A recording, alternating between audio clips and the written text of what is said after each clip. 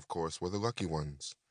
Most of the inhabitants lived in archaic wooden shanties with aluminum roofs, sequestered in what had once been the financial district of New York City before the gleaming skyscrapers were demolished. But whether the people were in apartments or shanties, each storm battered their homes even further, threatening to sweep them all away the next time the clouds darkened and the thunder roared. Each drop of rain spelled potential doom. Still, those living below were strong. They built and rebuilt using whatever materials they could to fortify their homes. They leaned on one another, holding tight to the community they'd carried across the sea. It wouldn't be the first time Nubians experienced a flood. On this rainy night, a figure in a long coat slogged through the wet. They pulled their hood tighter against the chill in the air. The figure's eyes moved to a hollow ad, watching the words blossom across the night sky amid the downpour. Don't you want to ascend up high? Up high, the glorious promise of the Sky City. The figure pivoted, taking in the terrain as far as they could. To the north stood the faint outlines of the sleek Central Park towers that ferried citizens to the heavens. In contrast, the south offered up a jagged brown seawall, one of several that loomed over the lower portions of New York. The figure tilted their head back, gazing up at the promise itself. Above them, the city in the sky loomed large, glittering and bright, buoyed by its anti-gravity technology. Up there, the rain pattered gently on windows and roofs, never finding an open crack, never slipping through to aggravate the residents nestled inside. Up high, a person wanted for nothing. Up high, rain was a steady melody to fall asleep to and not the stuff of nightmares. Footsteps made the figure turn. They ducked closer to the nearest building, letting shadows swallow them whole.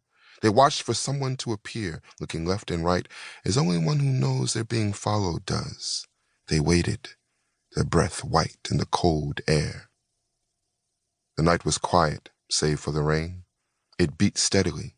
Soon it might stop completely, only to be replaced by an intense heat that would burn skin and take one's breath away. There was no telling with the weather.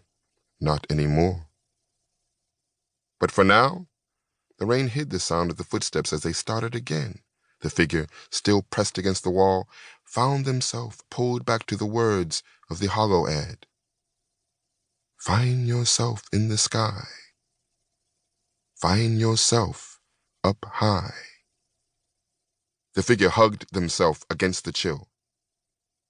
They took a step forward, letting the light of the hollow warm their face with its radiance, their arms falling to their sides. For a brief moment, they forgot about the rain.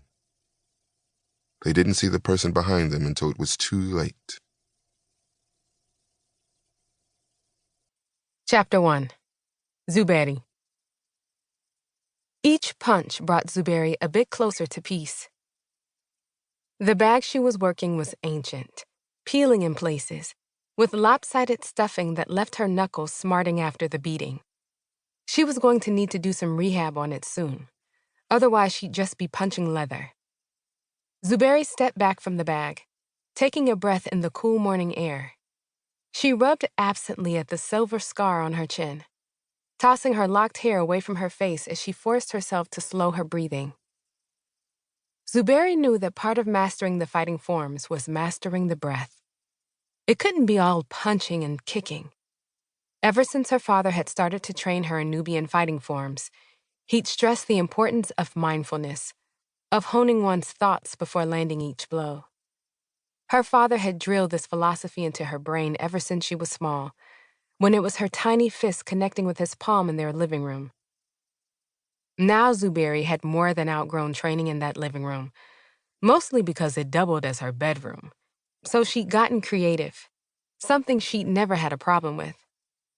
Sometimes she'd train in an empty warehouse. Other times she'd train in the scraggly Hudson scrapyards with her open access to the river. At school, there was the gym, which she used on occasion. But she preferred places in nature. One of the reasons she made the trek so early to Minerva Park. Nature, with its serenity and stillness, made it easier for her to find an organic connection between the human body and the outer world.